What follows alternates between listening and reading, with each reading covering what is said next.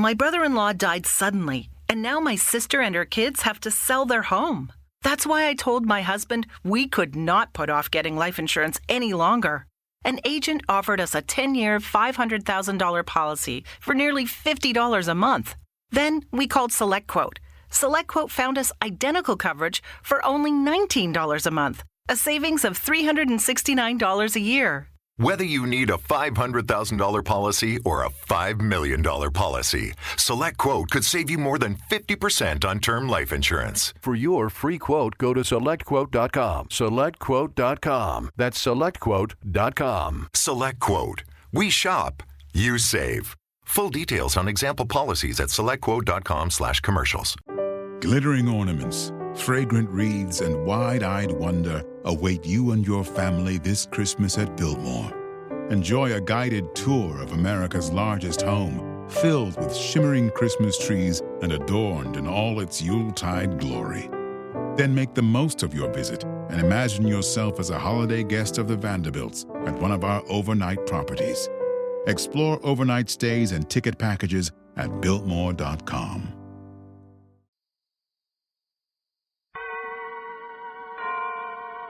And now, tonight's presentation of radio's outstanding theater of thrills, Suspense.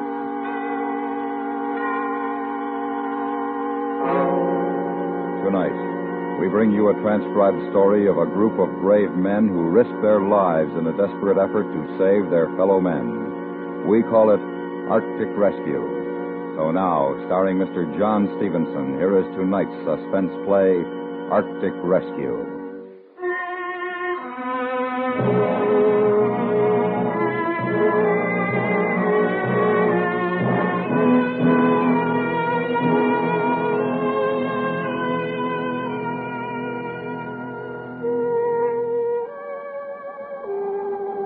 Picture this if you can.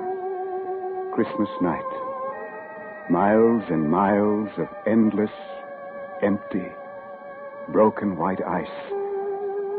An ice floe drifting somewhere in the vicinity of the 73rd parallel, north of the Arctic Circle.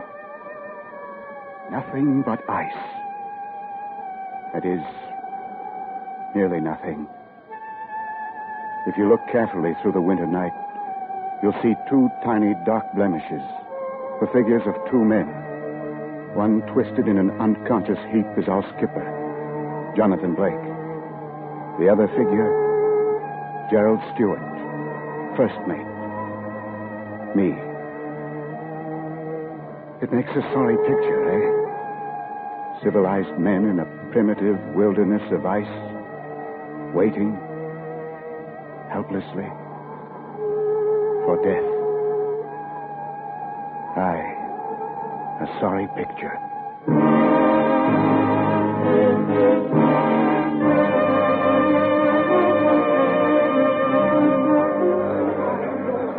It's a far different picture you've seen if you'd been part of the excited crowd standing at the battery of the New York waterfront on June morning, the year 1852. Aye, Mrs. Stewart. The moment of departure? Aye, Lady Franklin. You must take the high tide. May God in his great mercy protect you and your men from the perils which await you. The men are prepared for hardship, Lady Franklin. And we shall succeed where the others have failed in ending the mystery of the Erebus and terror. Aye. Back to Aberdeen in time for a Christmas feast. We'll prepare a Christmas celebration your men will never forget, Captain. We're leaving for England next week. I shall pray for you, Mr. Stewart.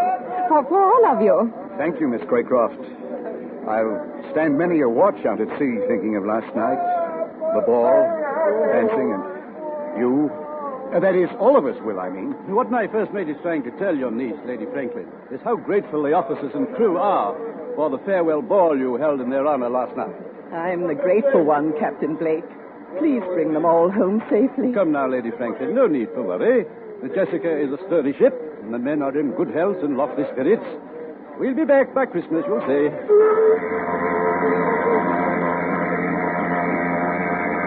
The tide will change. We must be on our way. Then goodbye and good luck, Captain. Goodbye, Lady Franklin. Miss Craycroft. Goodbye, Captain Blake. Goodbye, Mr. Stewart. Godspeed. Thank you.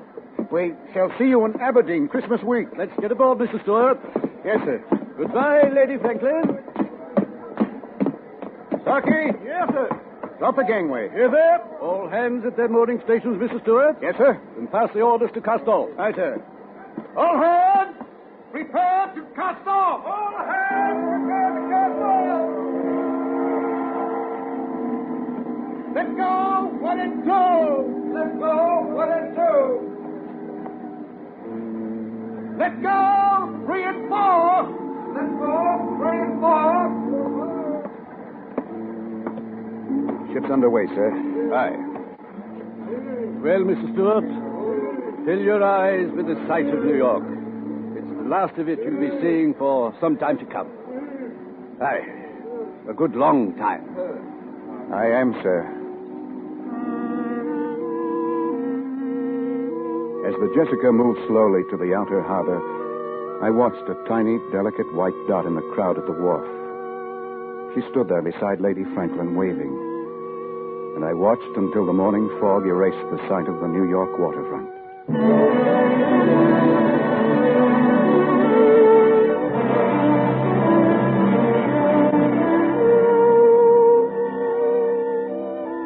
Aside from the ship's log, I've decided to keep a running account of this voyage. This account will be transferred to a watertight jar and thrown to the currents should any sudden disaster occur. The first 3 weeks of navigation north were merely a matter of settling down to ship's routine. On June 30th, after officers' mess, we sighted Point Farewell on the Greenland coast. The time had come for the captain to read a letter of instructions given to him by Lady Franklin. Captain Blake, I am sure you will do all that any man can in discovering the fate of my husband, Sir John Franklin, and his 2 ships, the Erebus and Terror. But my only fear is that you might sacrifice your lives in the unknown regions of the Arctic. Therefore, let me state that above all else, the preservation of the lives of you and your heroic companions is more important to me than the purpose of your journey. May God in his great mercy preserve you all from harm amidst the perils which await, and restore you to us safely and in health, as well as honor. Your sincere and attached friend, Jane Franklin. These are the only written instructions I have, gentlemen. Now then, Mr. Stewart, the map, please. Yes, sir. Here it is, gentlemen. The most recent Admiralty map of the Arctic regions that we are approaching. Map? It's almost completely blank. Aye, Mr. Halliday. Thousands of miles of uncharted wilderness. And somewhere in that frozen tundra, Sir John Franklin and his men vanished. Aye. And our search will begin tomorrow when we drop anchor in Gold Harbor. We'll pick up our ice pilot, Mr. Patrick Hanson's, from additional supplies, and then make for the Arctic Circle. Arctic Circle sounds like the edge of the world, eh, Stuart? Yes, a little frightening, too. You? Frightened? Mr. Halliday, if I were you, I would respect Mr. Stewart's fear of what lies before us. Captain, I was just thinking, if Franklin was looking for the Northwest Passage, he'd probably make an approach through here, through Lancaster Sound. Aye. Then he must have passed Ponds Bay here. And according to our information, there are Eskimos at Ponds Bay. They might have seen his ships enter Lancaster Sound. If they did, then we'll have something to go by. I hope Mr. Hanson understands the Eskimo dialects. They can tell us much. I don't see how we can cover all this territory and get back by Christmas, Captain. We have no choice, Mr. Stewart. If we get caught beyond the Arctic Circle after the summer months, we may never get back. Never? Aye. In the winter, the seas are covered with great ice floes, and once a ship is frozen in those latitudes, it will stay there until the summer thaw. And you can't imagine the horrors we'd endure in an Arctic winter, Mr. Halliday. I suppose not. Franklin and his men were probably frozen in for the winter, And they were never heard from again? Exactly. Well, that will give you a brief idea of what we're in for, gentlemen. We'll know more after Mr. Hanson comes aboard. Any questions? I have nothing but questions, Captain. I wish I had the answers, Stewart.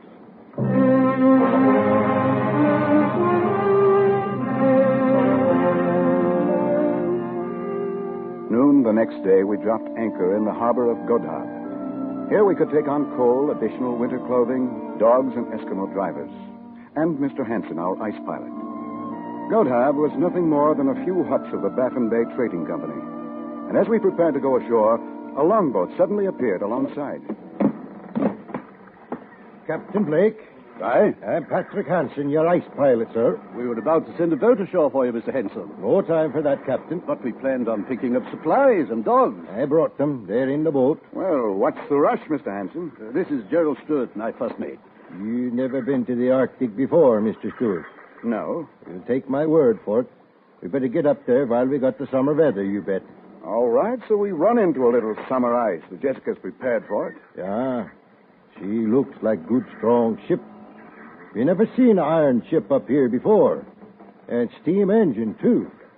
Well, that's not all the Jessica has.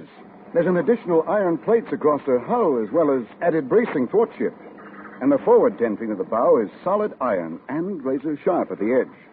What do you think that will do to your ice, Mr. Hansen? You wait and you see what the ice can do to a ship, even an iron ship, Mr. Stewart. Mr. Henson, you received my letters. Yeah. And you made inquiries about the Erebus and Terror? Yeah, they was here. They couldn't get dogs, so they headed for Pawns Bay. Across Baffin Bay. That's right. Just as we thought. Mr. Halliday? Yes, sir? Get those supplies aboard, then prepare the ship for sea. Aye, sir. Stewart, you can chart a course for us. We'll cross the Arctic Circle next, and on to Pawns Bay.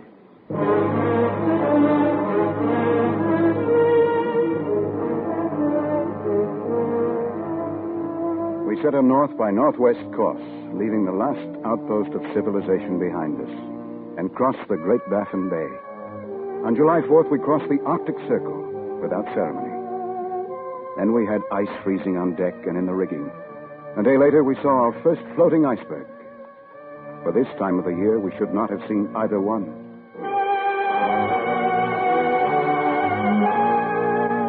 From Godhab to Pawns Bay, 6.5 days. Perfect calm. Upon landing, we found a small contingent of Eskimos, but nothing else. They seemed hostile and would give us no information. Then, as we were preparing to return to the Jessica, one of the natives, a girl, rushed from one of the huts and down to the beach. Who's there? Who's there? What's she saying, Mr. Henson? I'm not sure. Captain, look. She has something in her hand. She wants us to look at it. It's a small brass button. From a naval uniform. Aye. See if she'll trade it for some sewing needles. Who's there? Galaga? What does she mean by that? Who's there? Joseph, she trying to say a man's name. Who's there? Galaga? Joseph Gallagher? Stewart, is that name on Sir John's crew list? I'm looking, sir. Yes, sir, it's here. Quartermaster, Joseph Gallagher. They've been here. Aye. Better get back to the ship, men. Looks like a gale brewing. Who's there? Let her keep the buttons, Stewart. Give her the needles, too. Yes, sir. Who's there?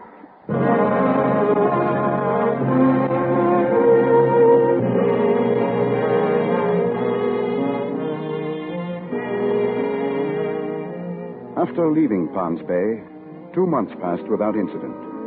Then we entered Lancaster Sound and approached the scarcely charted islands along Barrel Strait. Then we encountered great mountains of floating ice, and we had only a few hours of twilight each day. We crossed the 75th parallel and north into Wellington Channel to Bathurst Islands, the last of the charted islands on my maps. Then on September 10th, weather changed. Northwest gales, sleet, and heavy fogs that forced us to a bare crawl. And worse, mammoth ice floes that closed in all around us. Mr. Stewart? Yes, sir. Keep an eye on the temperature. I am, sir. Quartermaster! Starboard! 6 degrees! She's been getting smaller all the time. Captain, the temperature's still dropping. 10 above zero.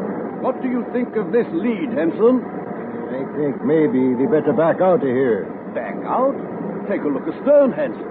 Back out where? Captain? What is it, Halliday? The rudder won't respond. 6 below, sir. The lead is getting smaller, Captain. Aye. Well, the Arctic seems to be closing down on us on all counts. The walls of the lead moved in closer until a man could jump to the ice from either side of the ship. And then the Jessica was cutting through the ice, making her own way. But slowly, we lost speed.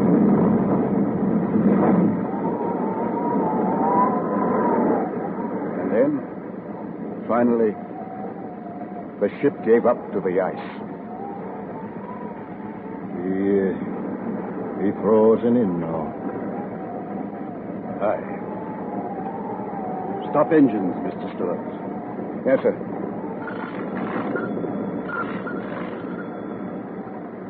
Well, Captain Blake, looks like we can forget about looking for Sir John Franklin and his ships. Now that we're frozen in, we're going to have to look out for our own lives, you bet.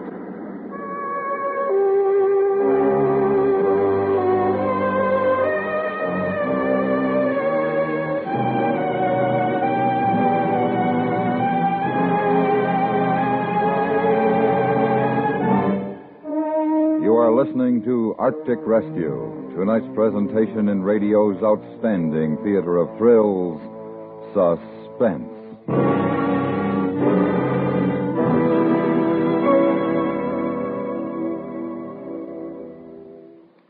The precinct house, the hub of a policeman's life, is a world in itself. All the distorted, misguided emotions of humanity are channeled through its doors and dealt with by the men who work there, protecting us every hour of the day and night. You can get another authentic glimpse of this tense but tireless life Thursday on that brilliantly realistic CBS radio drama, 21st Precinct, heard every Thursday night over most of these same stations. Not only will you hear another exciting, incisive drama of police life, you will win a new knowledge of and respect for the men in precinct houses everywhere on 21st Precinct. And now we bring back to our Hollywood soundstage John Stevenson, starring in tonight's production, Arctic Rescue, a tale well calculated to keep you in suspense.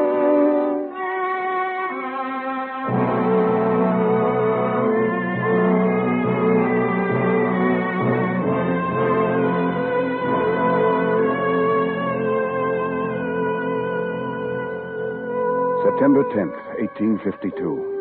Unless a miracle occurred, we were frozen in the Arctic for the rest of the winter months. A sea of ice surrounded us, and the ship took on a starboard list from the pressure of the floe. Rations were cut in food, water, and coal consumption. Furious gales came and went. There were more freezing temperatures, often as low as 35 below. The doctor was a busy man. Nearly all hands suffered from frostbite, many from gangrene. Conditions aboard the Jessica were deplorable. I thought they couldn't get any worse. October came. November. December. And we thought of home and the holidays. And of Lady Franklin. And Miss Craycroft sitting alone at the Christmas feast that was to be held in our honor. On Christmas Day, the cook outdid himself. We had a feast aboard the Jessica on the last of the salt pork and the beef. And with the last of the Allsup's ale and minced meat, the cook made pies. And we had a celebration.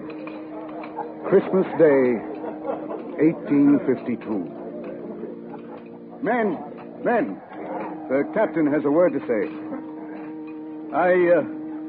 I drop below to offer you my greetings on this holiday and to wish you a much happier Christmas next year.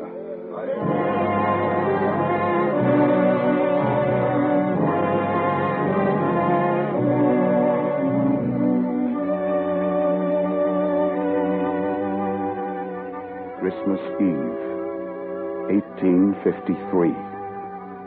1 year later. We're still frozen in. Summer came and passed without an appreciable rise in temperature, and the ice failed to break up. Men living on pemmican, occasionally bear meat and seal blubber. No more lime juice. This means scurvy. The year also saw the loss of 11 men. The doctor and the ice pilot Hansen among them. 2 in a chase with a polar bear, 3 from scurvy, and the rest from gangrene. Most of the men had frostbite. Our second Christmas in the Arctic. A floe that holds the ship is drifting south down Peel Sound. We saw the shores of King William Island, and the captain sent 3 men on a sledge to look for food depots, or a rock cairn, anything. They returned today. Where did you find it, Halliday? In a cairn. We also found empty pemmican cans and bits of ship's timber. Stuart, listen to this. It was written by Franklin himself. 1851. Latitude 69 degrees, longitude 98 degrees west. HMS Terror sank when ice broke. Erebus still frozen in. Beset since April 12th, 1850. We are deserting the Erebus, attempting overland march to Baxfish River to Hudson Bay. If unheard from, when this found, we must be considered lost. Sir John Franklin, Captain, HMS Erebus. We've found what we came for. Aye. Then they're all dead. Aye. If something doesn't happen pretty soon, we'll be dead too. Makes for a very Merry Christmas, eh, Captain? Captain! I hear it. The ice. It's breaking. Great cracks open in the ice, and then out of the water through the openings, another great mountain of ice would rise. Great slabs of surface 100 yards wide shattered, upended, and sank into the turning water. All around us, great jagged fingers of ice flashed up through the flow. All hands abandon ship. All hands abandon ship. All hands abandon ship. Do it. Get your tools. We're going out on the ice. I could feel the ship jarring loose under me. Suddenly the Jessica wrenched sharply, throwing me across the deck. The last sound in my ears was that Jessica tearing loose from the ice.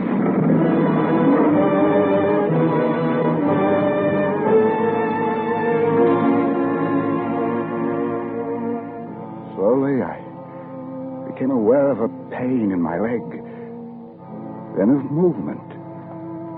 I opened my eyes. The captain was helping me walk. I looked into the winter darkness for the familiar sight of the Jessica. I saw nothing. Nothing but ice. Skipper. Feeling better, lad? What about the ship? Gone down. The rest of the men? I don't know. Gone. The flow separated. Most of them are on the other side. Where are we walking to? I don't know. I don't know. Keep walking. Aye. We'll keep walking. We'll find a Yule log, Stuart. What's Christmas without a Yule log in the hearth? Move, Skipper. Move.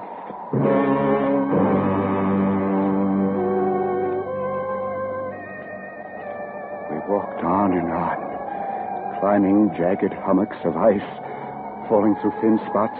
Legs got wet, froze. We beat the ice off, walking in circles through the Arctic night. Endless circles.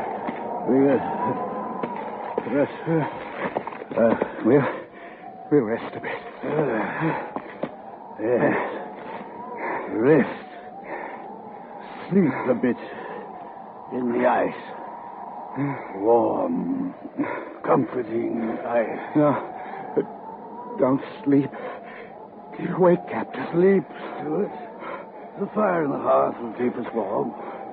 And tomorrow, Christmas morning, it'll be there, Stuart, you'll see.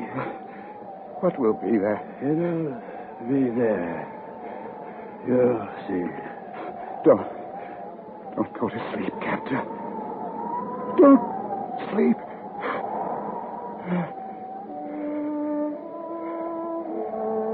My eyes grew heavy. I craved sleep. But the sleep was to die. I was ready. In the sky over the horizon, a star. The night was overcast. There were no other stars. Just one. Bright. In the distance. I could see it.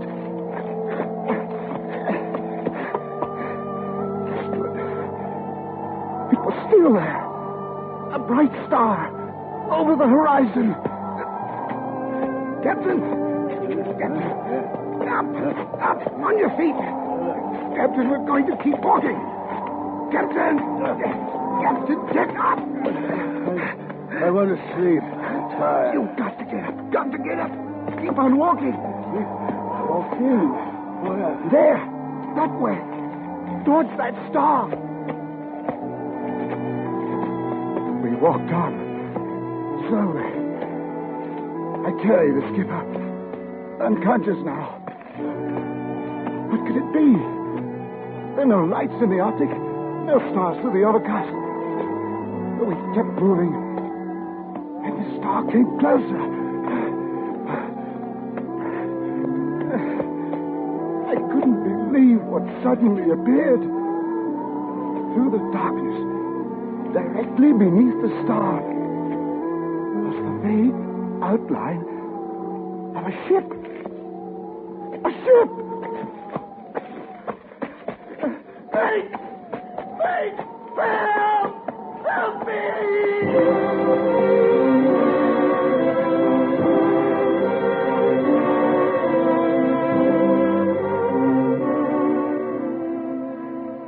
He's coming out of it.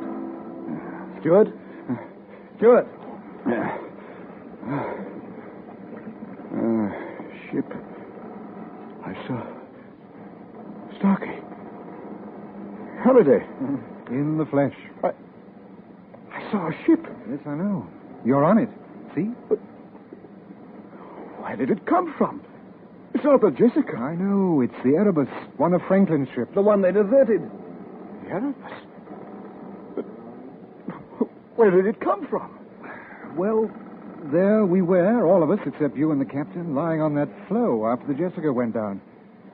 Ready to die, just as we thought you'd died.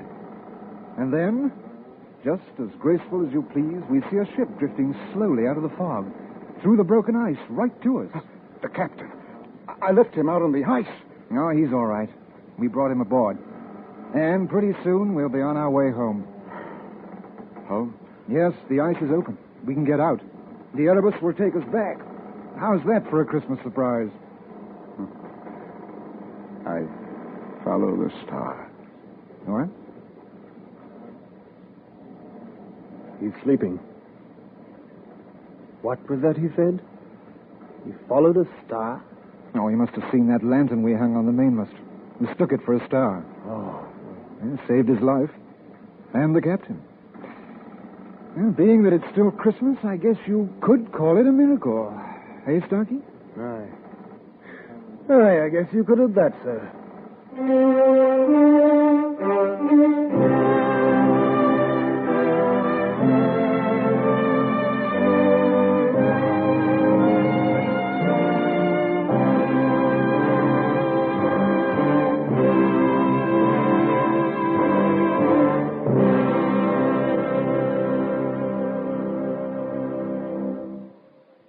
Suspense, in which John Stevenson starred in tonight's presentation of Arctic Rescue. Next week, the story of a man who thought the best way to commit murder was to plan it first. We call it Variations on a Theme. That's next week on Suspense.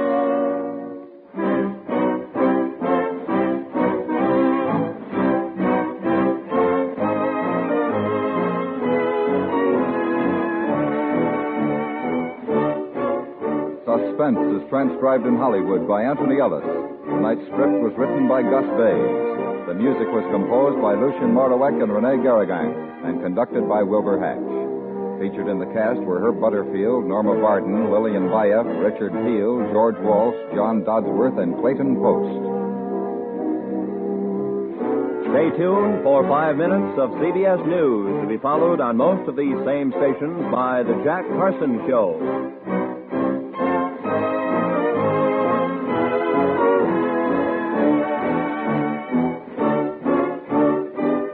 You hear America's favorite shows on the CBS Radio Network. My brother-in-law died suddenly, and now my sister and her kids have to sell their home. That's why I told my husband we could not put off getting life insurance any longer. An agent offered us a 10-year, $500,000 policy for nearly $50 a month.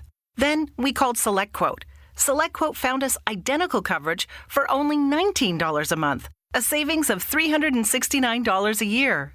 Whether you need a $500,000 policy or a $5 million policy, SelectQuote could save you more than 50% on term life insurance. For your free quote, go to SelectQuote.com. SelectQuote.com. That's SelectQuote.com. SelectQuote. We shop, you save. Full details on example policies at SelectQuote.com/commercials. With Lucky Land Slots, you can get lucky just about anywhere. Dearly beloved, we are gathered here today to... Has anyone seen the bride and groom?